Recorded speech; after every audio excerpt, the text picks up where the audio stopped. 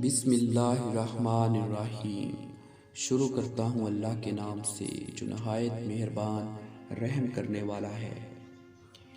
آثار T V کے ناظرین، کسی شخص کے خاندانی ہونے یا نہ ہونے کا قطعاً یہ مطلب نہیں کہ وہ امیر ہے یا غریب، وہ پڑھا لکھا ہے یا ان پڑھ۔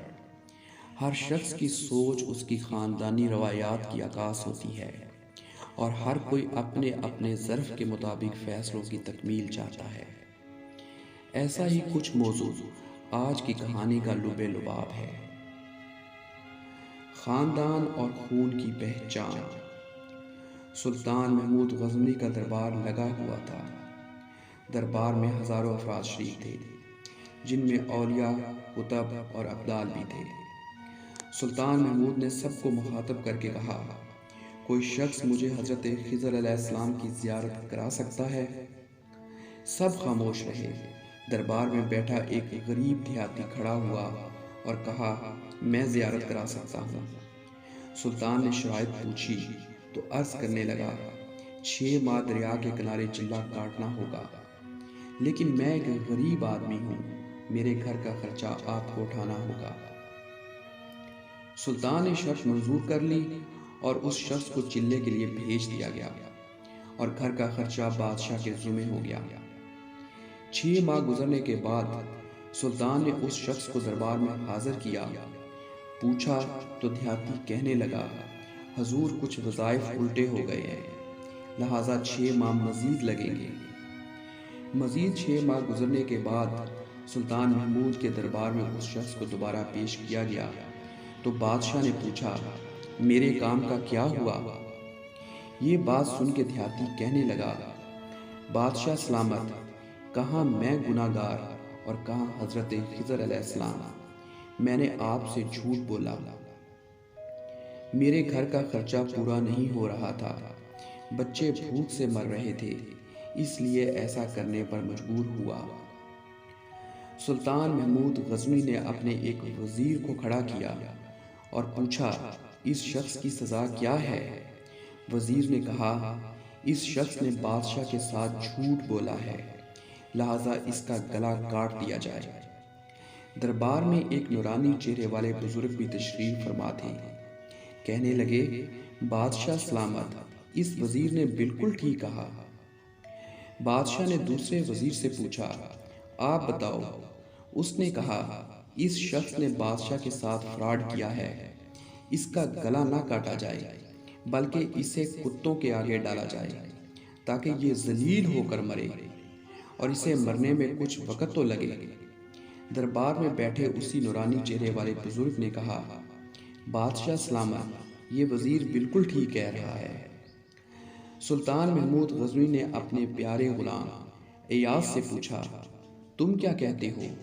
ایاز نے کہا، بادشاہ سلامت، آپ کی بادشاہی سے 1 سال تک اس غریب کے بچے پلتے رہے، آپ کے خزانے میں کوئی کمی نہیں آئی، اور نہ ہی اس کے جھوٹ سے آپ کی شان میں کوئی فرق پڑا۔ اگر میری بات مانے تو اسے معاف کر دیں، اگر اسے قتل کر دیا تو اس کے بچے بھوک سے مر جائیں گے۔ ایاز کی یہ بات سن کر محل میں بیٹھا وہی نورانی چہرے والا بابا کہنے لگا، ایاز بالکل ٹھیک کہہ رہا ہے۔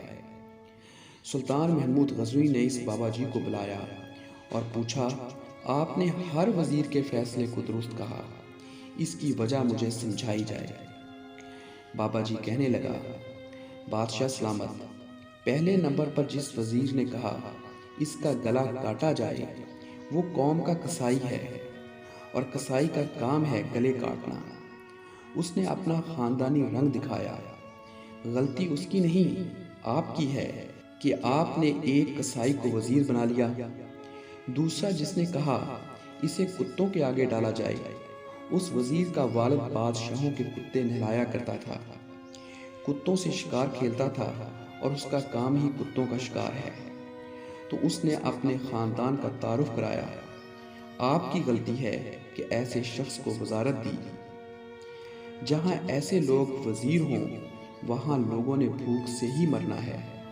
اور تیسرا ایاز نے جو فیصلہ کیا تو سلطان محمود سنو، ایاز سید زادہ ہے، سید کی شان یہ ہے کہ سید اپنا سارا خاندان کربلا میں ذبح کرا دیتا ہے مگر بدلہ لینے کا کبھی نہیں سوچتا۔